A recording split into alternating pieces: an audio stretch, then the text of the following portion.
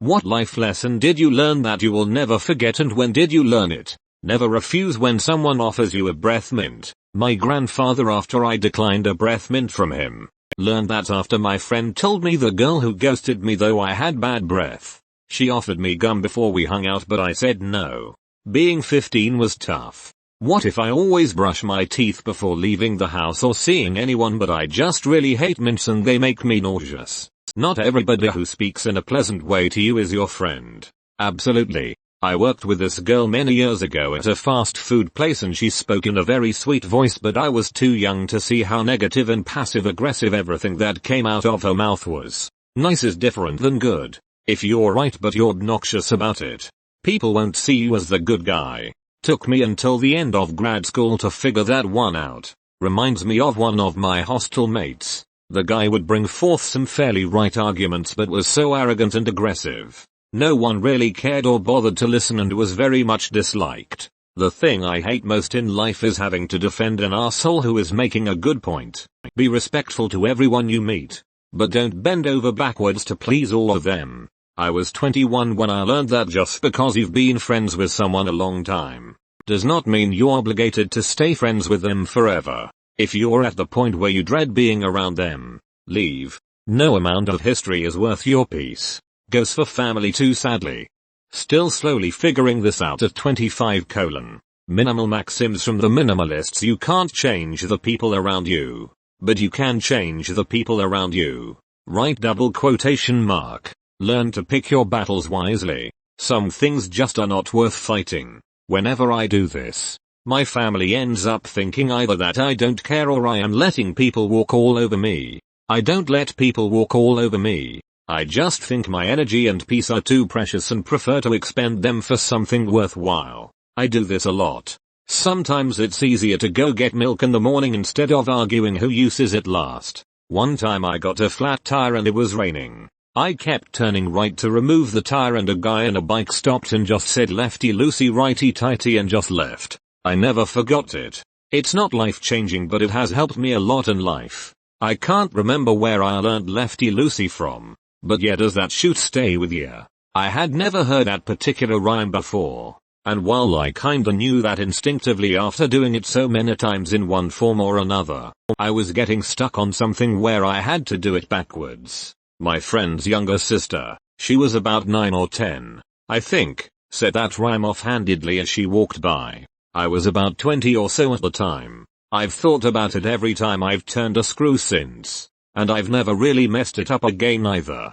Lesson learned, both the little one, and don't discount wisdom just because it comes from an unexpected place. Listen to your body. For years, I pushed myself to my physical limits. I went without sleep, skipped meals, stress ate, often had emotional breakdowns, etc. You know what eventually happened? Multiple mental illnesses, emotional disorders, unexplained chronic pain, unexplained neurological failures. My body literally started shutting down to slow me down and for some self-care. It's taken years of prioritizing my health, and I'm still struggling with lesser remainders of those issues. Take it from me, please. Please listen to your body. When your body-mind is tired, rest. When you're hungry, eat intuitively. When you're stressed, find an effective way to decompress. Journal, go on a walk, talk it out with a person you trust, exercise, etc. When you already have too much on your plate, say number. I know it can be easier said than done, but it's a worthwhile investment in yourself. You are worth it. My best friend passed away a few years ago and I learned 2 life lessons. Never keep people in your life if they don't love and respect you as much as you do them. Never take for granted the time you spend with the people you keep. It could be over any day. I used to spend evenings with my grandmother every single day. One day, I was busy with some schoolwork and could not spend the time with her. She passed away that night. It has been 10 years since that day and not a single day has passed when I do not contemplate what would have happened if I just spent some time with her that evening. Since then, I have made it a point to never take people for granted. It could be over before you even realize. You don't ever truly know another person, unless you can take up residence in their head.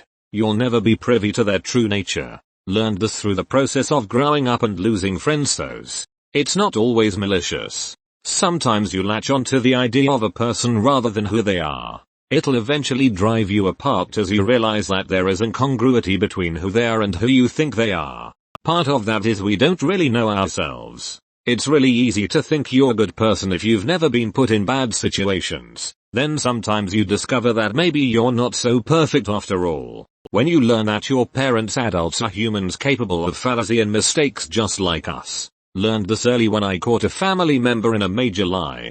Don't hang on to your mistakes just because you spent a lot of time making them. Time invested is a myth. Sunk cost fallacy. The amount of money, time, effort, love, whatever you've dumped into something is irrelevant. Only the return you'll get from further investment. Add political side taking to this.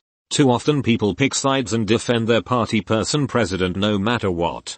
Stop picking sides on any issue and look for ways to disprove your belief. You'll be amazed how clear things are when you try to disprove your decisions' actions. They'll either get strengthened further, or you see the fallacy of your belief. Not everyone at work is and wants to be your friend. Some just pretend and then frick you over. Learned that doing my apprenticeship and found the same shoot in almost every other company I worked for so far. My self-appointed BFF at work got mad at me. So she went to my boss and made up things that I had allegedly said about my boss. My boss knew she was lying. When my boss called me into her office, BFF was laughing at me. My boss just told me to stay away from her and said she never understood why I had been friends with her. Now she pouts because I refuse to talk to her at all. I have so many co-workers claiming that they're my friend. We know nothing about each other. You'll never be able to please everyone, so don't make your life revolve around being accepted by everyone. Having self-awareness is a huge life skill. Spend a lot of time thinking about who you are now so you can make informed decisions about who you want to be. A lot of people spend a lot of time pretending to be someone they're not. Be it because they feel society won't accept the real them or because they don't value themselves. Part of becoming a healthy adult is learning to value who you are now. Be willing to change your ideas about who you want to be. This is an important feedback loop as you get life experience, figuring out if the actions and people in your life are positive in terms of helping you become the person you think you want to be. Not everyone has to move you forward, but you want to avoid meaningful relationships with the people pulling you away from that. I know this, damn, but I don't know how to instill it inside me. You can't fix another person no matter how long you stay with them. They have to want to treat you better and want to be better themselves. And going back to them only makes them think you'll stay no matter what they do to you. Prove them wrong. Edit. Thank you for the awards. Smiling face with smiling eyes and rosy cheeks. I finally learned this and left him for good about 3 weeks ago. Changed the locks too. I feel relieved. Exactly. You cannot fix others. They can only fix themselves. My dad taught me as a teenager that relationships should be easy.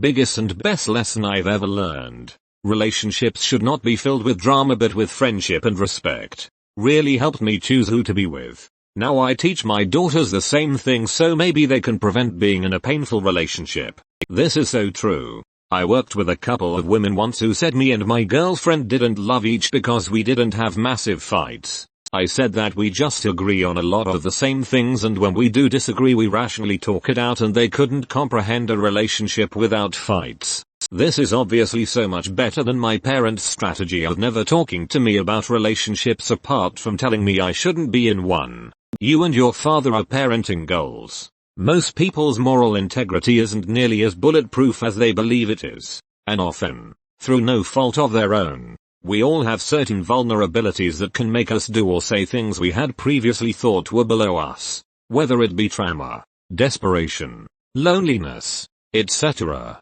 Trauma combined with addiction, a response to the trauma, made me into a very bad person. And I always had guilt over what I was doing, but I couldn't really stop myself until eventually the guilt was so overwhelming that I had no choice. I like to think that we're all just monkeys doing our best. Our brains were only really meant for so much, but we push them to the limit as hard as we can basically all the time.